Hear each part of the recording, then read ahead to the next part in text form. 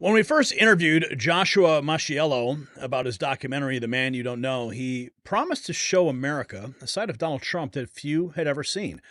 Now, with Trump's return to the White House and an astounding 65 million views under the film's belt, it's clear that promise was more than fulfilled.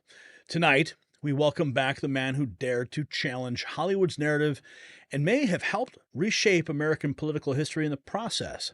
He's the head of Global Ascension Studios, and he joins us to discuss the phenomenal success of his documentary and its impact on the 2024 election. With 30 million views before Election Day alone, this isn't just another political documentary. It's a cultural phenomenon that's proved that there is a massive audience hungry for content that aligns with conservative values. But how do they do it? What went into creating a film that would resonate with so many Americans? Well, tonight, Joshua pulls back the curtain on the strategic decisions, the creative choices, and the behind the scenes moments that help make The Man You Don't Know a game changer in political storytelling. He's also going to share his vision for the future of conservative media and what's next for Global Ascension Studios. So, whether you're a filmmaker or a political enthusiast or just someone who believes in the power of storytelling to change minds and hearts, this is one interview you don't want to miss. And just as this groundbreaking film exposes the truth, the real truth, the good truth about Trump, Global Gold Investments exposes the truth about your retirement security. The same establishment that tried suppressing this documentary is hiding the reality of inflation's impact on your savings. Call them at 888-700-4148 to get your 2025 Protect Your Wealth and Retirement Guide. Mention Next News for a complimentary portfolio analysis and up to $1,000 in free silver for January rollovers. Like this film? Yes, they are committed to revealing the truth about protecting your future. Now, let's go to Joshua. Joshua, welcome back to the show. Thank you for having me, man. Been a minute. Oh, what a victorious moment that we are living through. Pinch me, man, because I feel like I'm dreaming. Don't wake me up. Uh, Tell me your initial reactions right after, the big victory and everything you've seen so far. We got the JFK files released. We've got all these executive orders. Woke is dying. I mean, it's like an onslaught. It's a tsunami of executive power and true leadership being displayed. What are your initial reactions to what we've seen these last 5 days now? I'm a man of faith. I believe in God above, and everything that is transpiring is what I've been praying for and believe in. When we went to Mar-a-Lago March of last year with the Relentless Patriot, my dream was to get story told about this amazing man, President Donald J. Trump. And I was able to get that ability to make that movie along with Christopher Martini, Frank Torcha, and some other folks. And we were able to get a limited release, even though we were getting a big release, because folks at that time were still in the mindset of to not giving him the platform so he can, flourish the way he's doing now. So they limited us, from 800 to 1,000 screens to just 300 screens. And then, Trump's camp found out and Elon Musk camp stepped in. They put the movie on X where Elon posted, "You must watch this movie." I don't know. I think between Elon and Benny Johnson and Kai Trump and the other Trumps, we got like 70 million views. We Yeah. had 44 million views by the end of election night. And next thing you know, leading into the election, it was a sweep. It was exactly what we felt was supposed to happen. And since then, the world feels like a better place, Gary. It really does. Yes. Staggering amount of views. You got 30 million before the election, and then all of a sudden it ballooned to 70 million. How do you feel that the film influenced voters? I mean, that's a lot of numbers, especially Elon Musk pumping it out like that. And I was there at Mar-a-Lago. You can see the video. It was an amazing premiere. That film touched me because I learned things about Trump that I never knew before. How do you think that the rest of the world react? I mean, obviously we got a victory here, but like, what do you think was the initial reaction from the film? You know, um, all the reviews we've gotten, except there's those hater reviews that always Of pop course. up. But when you look at the majority, I was blessed to sit with a patriot named John Voight, which we all know, love, and respect. And Mr. Voight saw the movie, said, "Joshua, you had me in tears. I don't know if anyone portrayed President Trump as great as you and your team did." Hulk Hogan grabbed me at that premiere saying two things. Number one, you portrayed me well. Number two, I don't think anybody's done a better job of telling the truth about President Trump. So we've been getting received very, very well. I think when man, we made this movie in under 2 months and had it in theaters. We're talking, I wrote the script, and then Chris Martini, the brilliant director that we have, went and put his touch on the script and made it brilliant. Frank Torture crewed us up and did an amazing job of bringing the most amazing people. We had director of photography, Trad Campbell, who was unreal. We had amazing music by Tony Neiman. We had Dave Wilson doing editing. We had a crew of people doing an amazing job. And of course, Ophelia, Nicole, and our team. They promoted the heck out of this. And of course, we have some investment group that doesn't like to be in the front line, but they stood behind us and made sure this was possible, along with the brilliance of Dr. Toby Watson. So we have a team of people that all had the same mindset, same support for President Trump, and look at what happened. Yeah. What kind of messages did you receive? I mean, outside of Hogan and Voight, like what kind of because I know the power of grassroots media. I know the power of documentary films. And what kind of messages did you receive from like the people about this movie? The people we got I'm using the term because I can't even believe I'm saying it. We got millions of folks who reached out saying this was one of the greatest documentaries they've seen because they knew the truths, but they would try to convince other people to know the truth about this man. And when people see this, of course, they're going to gravitate to seeing Dana White clip or a Kyle Forgard from Nelk Boys or Stallone or Hulk. But when you see the stories which you saw, and you got to meet a lot of these people that you know about, Yeah. like the Shane Bouvet and Don Bouvet and Yeah. Sabine Coulter, and these people who President Trump, Peter Tickton, who's known Trump for over 60 years.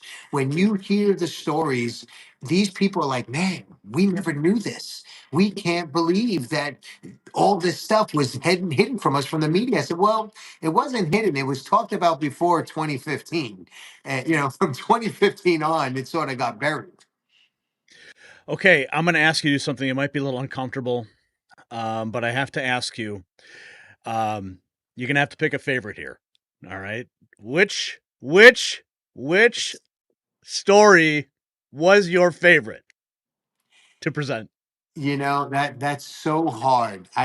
Man, when you talk about a family who lost or was on the verge of losing a 5 generational farm, and the father took it so hard that he killed himself because he was losing the farm on his watch, and President Trump went and bought the deed of that farm and gave it to the family.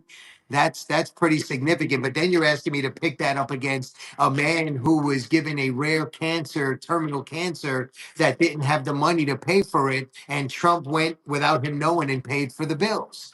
Uh, these stories are so hard. And then you got the famous story of the detective in New York telling a story of there was a series of repeated serial rapists going on, and the cops didn't have the money to fund extra police force, and Donald Trump swooped in with a $40,000 check back in the 80s, which is like hundreds of thousands of dollars now, and they wound up catching the guy. So you're asking me to pick, Gary, what my favorite kid was.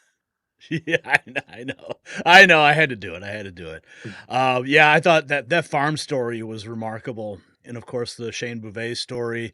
The whole film itself is remarkable. Now, Global Ascension Studios, you guys set out to challenge the cultural narrative. I mean, we have seen just the onslaught from the mainstream media, the lawfare, the legislative actions that they've been doing. I mean, it's just unbelievable. How do you think the success of this film reflects the appetite for content that aligns with conservative values. We're seeing a massive resurgence from this. You know, we like to say that we were one of the frontline companies that were doing it when it wasn't cool. Now all of a sudden it's cool, you know. And look, man, we're still seeing some resistance. You know, this is a film that many companies. We have a couple that are discussing some major streaming, but we should be arguing with many of them because the film, and I'm not saying it because it's my film, but the film was made very well. You know, content. You know, film. You know, it's a great movie. And not only that, you know, you even battle forces from within that try to hold you back at times. So when you're a company like ours that stick your chest out, says we're conservative, said we've been standing with Trump from day one, and you've been going after some of the folks that are now standing behind him at the inauguration, ironically, which is very, very odd. I know a lot of people are happy about that and they're embracing it, but I'm sorry. I can't just easily forgive Zuckerberg for what he did. I can't easily forgive that Bezos was a anti-Trump guy, and it was hard to get conservative films on that platform for a long time. And all of a sudden, he woke up and had an awakening. You know, Elon had the awakening first and put his money where his mouth was. And I think a lot of folks are, and there's some people I give credit to that didn't say anything. They stood out of the fight. That's okay. Not everybody is built for the fight, Gary. So I'm not coming after them because I know that they just, you know, they supported Trump, but they didn't want to say it. I'm not a hater going to say because not everybody's the same way. But the people who are on the other side, who were opposing him, doing things to keep him out, now that he won, I really hope he's playing chess with them and not allowing them in too easy. Yeah, AOC just had a meltdown. She was talking with Jon Stewart, the former Daily Show host, and his podcast, and she was just absolutely melting down over all of these billionaires and Hollywood types that are like, okay, let's go hang out with Trump now, and she can't quite handle it. I say deal with it, right? Um, you mentioned Bezos and Zuckerberg. I mean, when you think about what they did, they all went down to Mar-a-Lago to kiss the ring. Zuckerberg's like, yeah, we're not going to have censorship anymore, I mean, even the CEO of Alphabet was sitting there. I'm like, there he is. There's the guy right there who's been censoring all the content. It's amazing to watch it, and Yeah, maybe Trump is playing Google chess. CEO. You had, you know, Ellison and Trump have been friends for a while, and I knew that Larry Ellison would be there because he's been a friend. But you know, I mean, there's just I really really hope that President Trump doesn't allow it too easy because to me, I don't forget things. I don't Hmm. forget what Facebook and Instagram were doing to guys like Hmm. us, you know. And then you got to respect Michelle for holding ground and not going to the inauguration because at least she basically stood the ground of saying I'm not going to support that. Well, wait a second. Did you heard about the rumor that's going around, right? Wh- With wh- Barack and Jennifer Aniston. Oh yeah, Oh I've heard yeah, rumors. I've yeah. heard There's a yeah. there's a big Those are going rumor going around right now swirling that around, trying to make him heterosexual. I think that's fantastic. I look. We know so much, and our yeah, truth will come out. yeah. You know, you know, my problem is, you know, and look, I know what President Trump's got to do. He's playing his cards close to the vest and the right way, and he has to.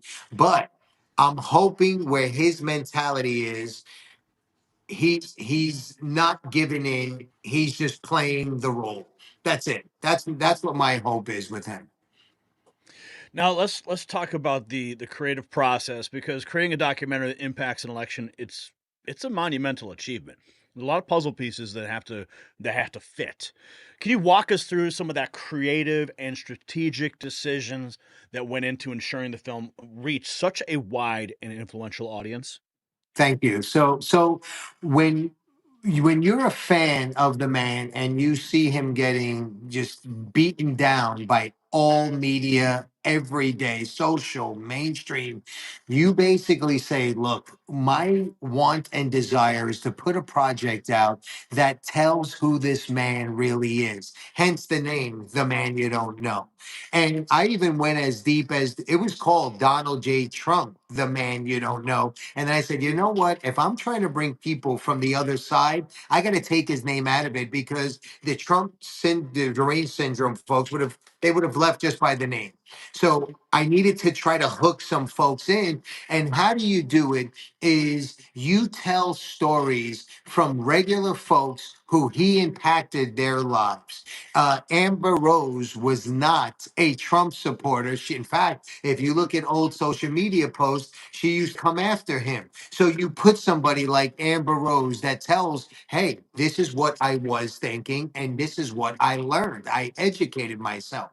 And you try to put something on screen that educates the masses so they can understand who the man is, the man they don't know. You know, the opening scene, we're watching the trailer right now, and that opening scene of the film, when you put the scripture on, is so powerful. And then, of course, the gunshots and what happened with the assassination. I mean, I just got chills in that moment. Um, you know, tell me about, like, because I know we talked about this before about the assassination attempt, and how did that play? How did that factor into the overall storytelling? Because it starts there. That's when the story more or less begins, and then you walk us through the history of the family. Yeah. So from day one, when I met with my team, before I wrote a single synopsis or treatment, I said I want this film to start with Ephesians 6:11. Put on the armor of God so that you can withstand the schemes of the devil. And I want the whole lineup of different broadcast interviews of how these people incite this violence against him, because that's what it was. Them every day, put a bullet in Donald Trump. He needs to be stopped. He needs to be put down. All those rhetorics that were okay from their side to do, I wanted to show as to say, hey man, this man is taking bullets because the other side, he's being called Hitler. With all due respect, he's never killed a single person, and they're sitting here calling him Hitler. So to have the ability to start the film off and even to start our trailer off with that moment, it would be the shocker to wake people's eyes in my process to say, hey, let's hear what their side has to say about this man. Yeah, it's a shot heard around the world for sure. Yeah. Um, Now you My had over favorite part of 30 the million. movie, by the way, sorry to interrupt you, is the whole assassination where we get into where everybody was, the kids, Hulk Hogan, Frank Stallone, everybody, and what their feelings was. And then when I made Hulk Hogan cry twice. I'm going to keep saying that in every interview. I always do. Um, and he actually cries in the movie when you see it. And when Hulk compares it and says what he felt, because remembers being young during JFK, it really, really is my favorite part of the movie as we collage all that together with all the assassinations and attempts. With John Rich's "Earth to God" is a special moment in our movie. Where did you film it? I know there's a lot of different locations. Where's some of the filming locations? Yeah, we filmed in Jupiter, Florida. We filmed, the kids there. We filmed at Trump International and Columbus Circle. We had some filming done there. We filmed in Tampa. That's where we went and saw Hulk Hogan. We filmed in LA. We did a lot of filming in LA, getting Frank Stallone and others done here. So we all over, man. We loaded up the car and went all over. Now with the celebrities, you mentioned Hulk Hogan, Trump's family members. Were there any revelations from those interviews you think impacted or surprised viewers the most? I mean, we talked about some of the less common stories, but obviously, you know, people, they are, attracted magnetically to celebrities. Do you think there were any celebrity stories that really just surprised people? I mean, you talk about Hulk Hogan crying. Yeah, I mean, Hulk having a 35-year career of his, and knowing before the WWE was, oh my God, when it was just becoming that Donald Trump would have events, would host events. Same he would do for the UFC, and talking to Dana and those guys saying if it wasn't for him, there wouldn't be this UFC you have. So when you're making a film and you realize on many different levels the reach this man had to make things. Frank Stallone talking about performing at Trump Hotel and his mom wanting to have a best-selling book on psychology, and Donald Trump bought every book and handed it out to everybody for free. Those kind of stories you don't get to know unless you talk to the people directly. Looking back now at the production process, and I always love the behind the scenes stuff. Like I'm a production guy, and I always love seeing those stories. What do you think? What was the biggest challenge in telling the story? I mean, and how did you overcome it? You know, um, when you have a controversial figure and you're trying to have people who are on the middle or on the fence with him, you want to make sure you can tell the story in a way that can draw them in. So we knew having the kids there and their spouses or fiancés, would be, we heard it, sort.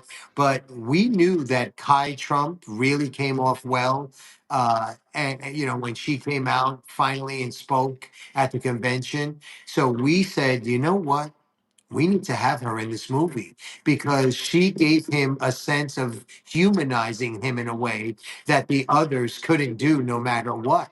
So putting the granddaughter who shows his side. And when we talked with Laura Trump, we had videos that Laura and Eric provided that showed President Trump with his grandkids, with his young grandkids. So they can see, hey man, this guy is a grandpa. He's not the guy, the monster that the media is portraying him to be. It's interesting to bring up Kai because she's really like this breakout family member who's just kind of burst onto the scene lately. And you bring up, the footage of her as a child and everything that she's endured. She's watched it from a child and growing up into a woman, and she's watching this. And now you're seeing her social media posts, behind the scenes stuff that she's posting with Elon. It's really a remarkable Yeah, and she is story to great. watch.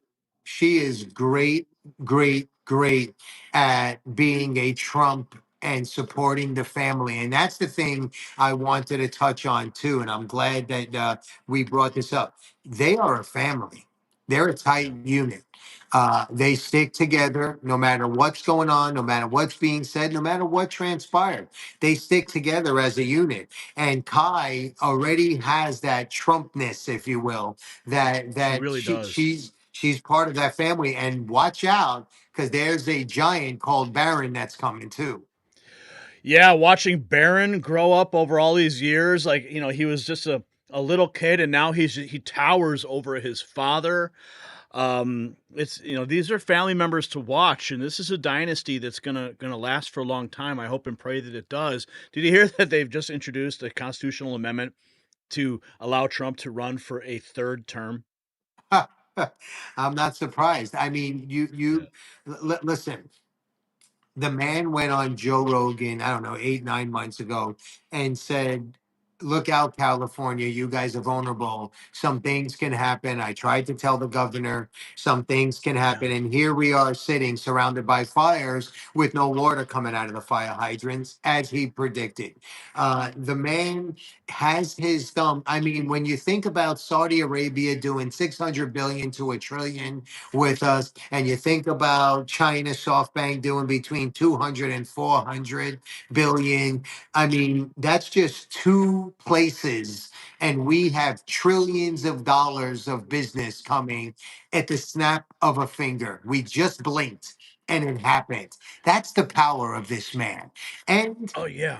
him coming out telling Putin, no, no, it's time to let's put this to bed and let's get back to peace the way it was when I was in office. Gary, I think we're going to see a lot of hate from some groups pop up, unfortunately, you're going to see some shootings and some situations because that's what they do. That's what they do to try to put a stain on him. You know, they try to have these kind of moments happen to take away. But I think this movement, I think a lot of celebrities, due to the fires, woke up and said, wait a minute, we were left vulnerable by the people we were supporting. We were supporting these people who left us vulnerable and literally lost everything. Yeah, Adam Carolla, he's been spitting fire lately too, with respect to the rebuilding process and the red tape that is in California. You're there right now. By the way, can you give us sort of a look at what's going on? Are you guys safe? How's your staff? I know you have staff in California too.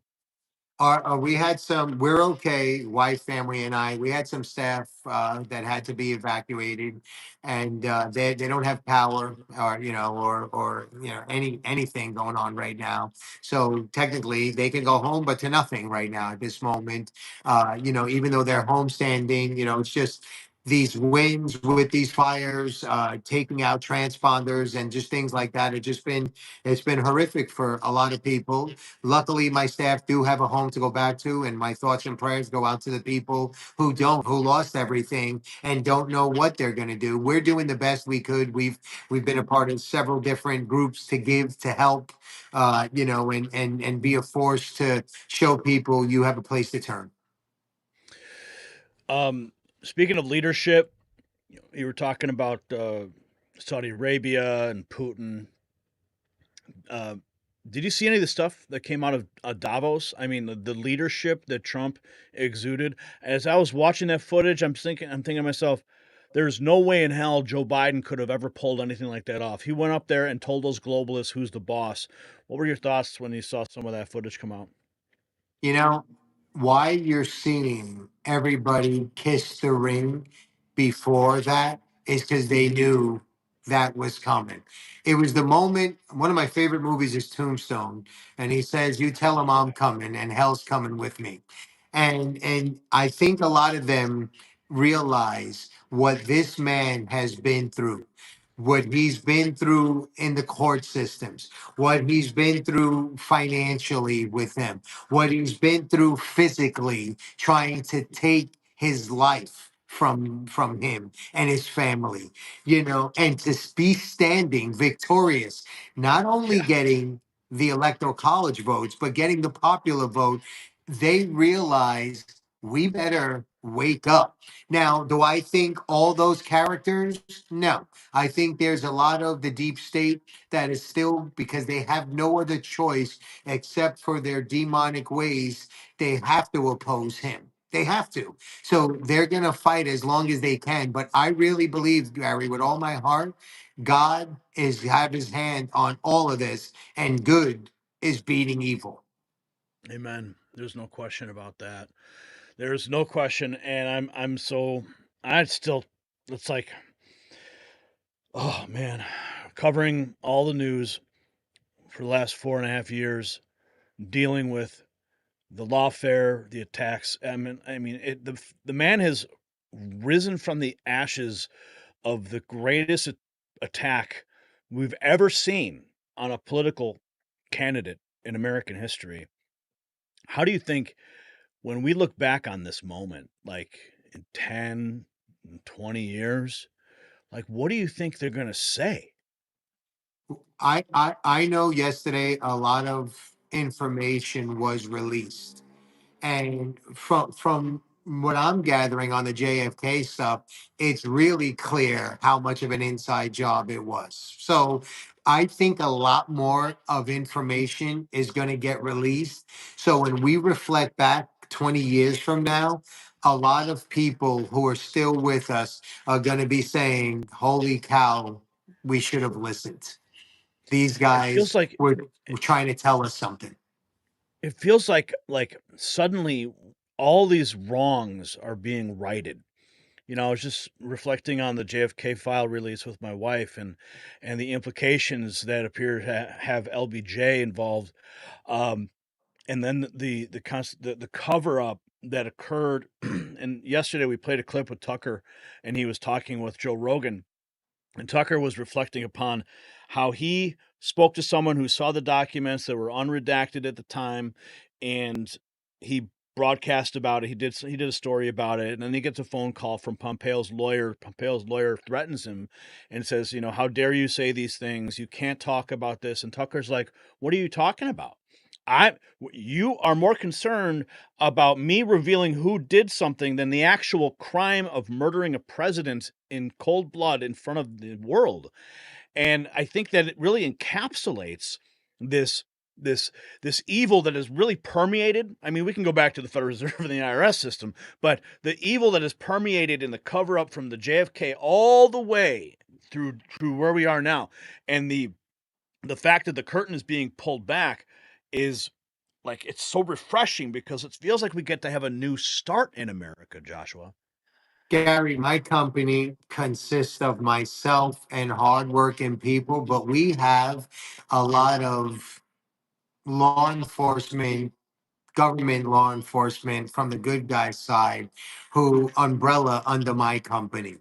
And these guys from day one have said that people they work with are not in a complete alignment with the good guys.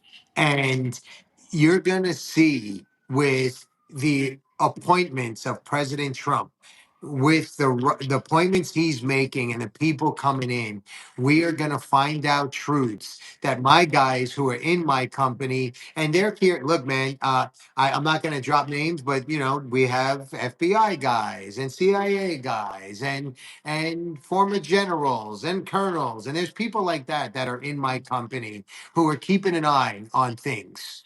And from what we understand, there's going to be some stuff guys like you and I always knew was going on is going to start being told to the masses. And when that happens, the world will finally, you can't heal until the truth comes out. That's a fact. When listen, there's video online. I'm not going to say anything until it becomes more official, but some folks are saying the shot came from within the car of JFK. There's a lot of different things that might come out and shock people on many levels now that President Trump is willing to let information be seen. Yeah, I agree. Let's talk about the future. Before we go, Global Ascension Studios now firmly in the spotlight.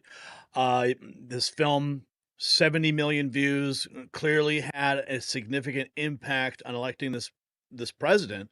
What is in store, or how is this going to shape your future projects?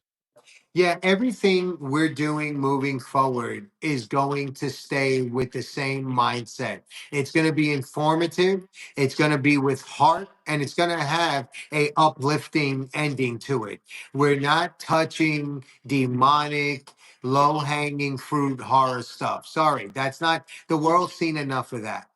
With our studio, currently our mindset is all about being uplifting and inspiring and having inspirational stories from all the battle wounds from people that have dealt with this horrific past.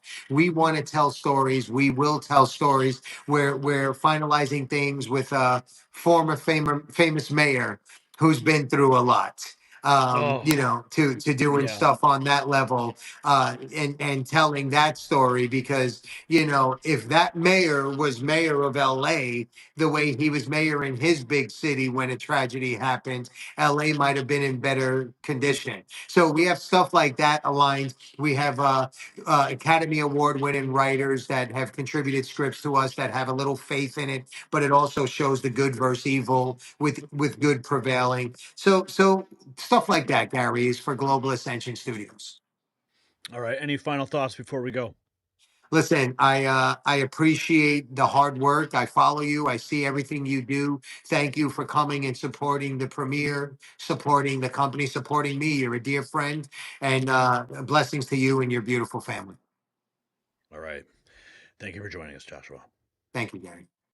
And there you have it, folks. The story behind one of the most impactful documentaries in recent political history. Joshua Macciello and his team at Global Ascension Studios didn't just create a film, they helped reshape the narrative around one of America's most controversial figures. With 65 million views and counting, The Man You Don't Know has proven there's a massive audience hungry for content that challenges the mainstream narrative. As President Trump returns to the White House, the influence of this groundbreaking documentary cannot be understated. So thank you, Joshua, for sharing this incredible journey with us. From challenging Hollywood's status quo to influencing a presidential election, you have shown the power, the true power of storytelling. So we'll be watching closely to see what Global Ascension Studios does next. For those who haven't seen it yet, The Man You Don't Know is available now, and the numbers don't lie. This is one film that you don't want to miss.